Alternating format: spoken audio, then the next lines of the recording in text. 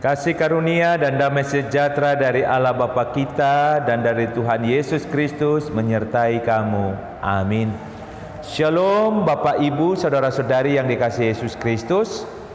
Firman Tuhan Allah Bapa bagi kita terkandung dalam Mazmur 31 ayat 2. Padamu Tuhan aku berlindung, janganlah sekali-kali aku mendapat malu. Luputkanlah aku oleh karena keadilan-Mu. Selamat Natal bagi kita semua. Kita biasa mengatakan kiranya sukacita Natal dan selanjutnya. Natal yang kita maksud adalah kelahiran Yesus Kristus. Lebih spesifik, berita kelahiran Yesus Kristus. Mengapa berita kelahiran Yesus Kristus menjadikan kita bersukacita? Bagaimana berita kelahiran Yesus Kristus menjadikan kita bersukacita? Memang benar bahwa berita kelahiran Yesus Kristus memberikan sukacita bagi setiap orang yang percaya kebenaran berita itu.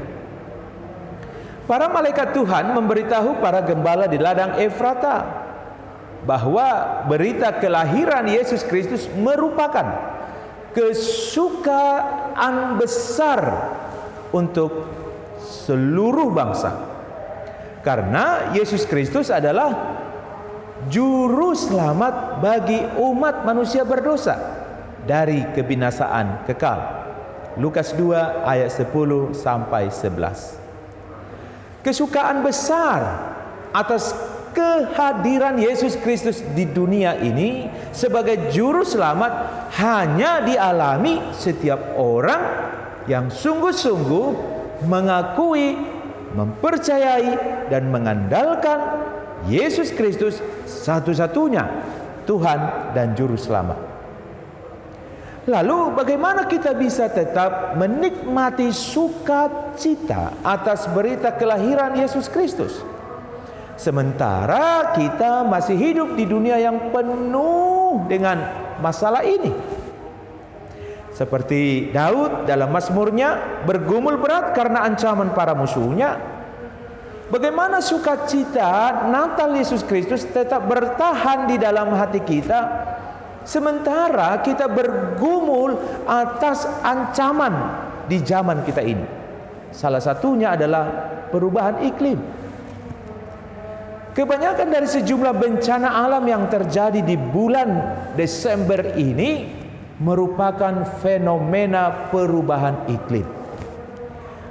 Pada tanggal 15 September 2021, BBC News melansir hasil survei global yang dipimpin para peneliti dari Universitas Bath bekerja sama dengan 5 universitas lainnya.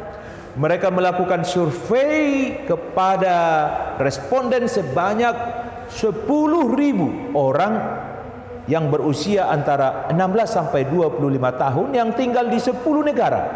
Hasilnya, hampir 60% anak muda yang disurvei berkata bahwa mereka merasa khawatir atau sangat khawatir. Lebih dari 45% dari responden juga mengatakan perasaan tentang perubahan iklim ini mempengaruhi kehidupan sehari-hari mereka. 3/4 dari seluruh responden mengaku masa depan tampak menakutkan. Lebih dari 50% mengatakan umat manusia tengah menghadapi kehancuran.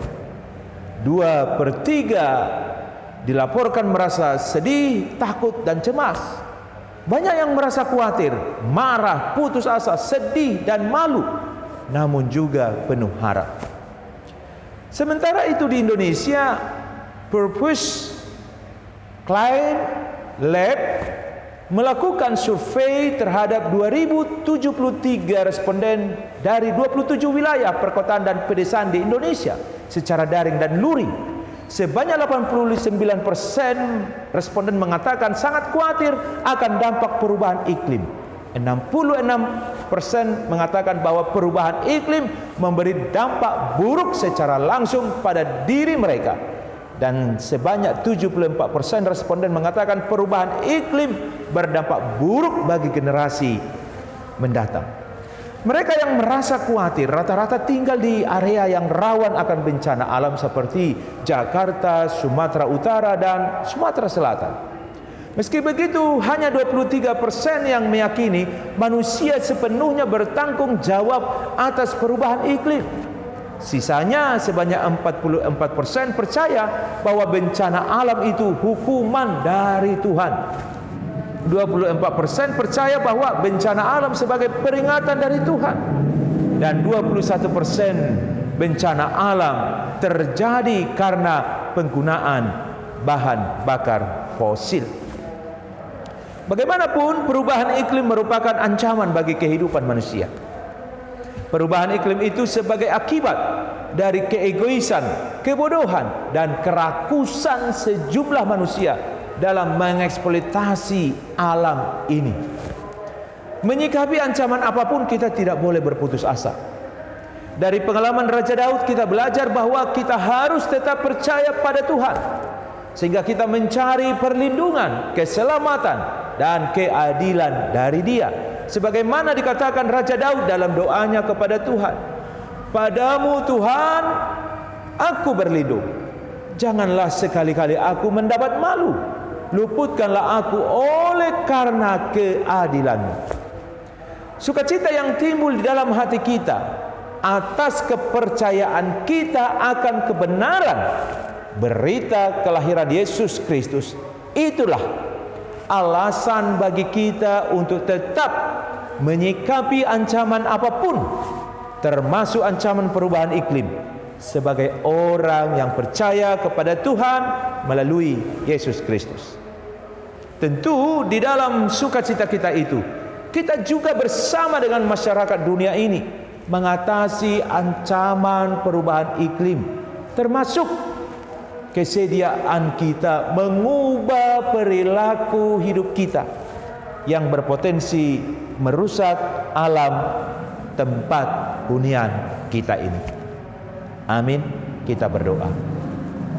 Kami bersyukur kepadamu ya Tuhan Allah Bapa atas hidup yang Engkau karuniakan bagi kami di hari yang baru ini.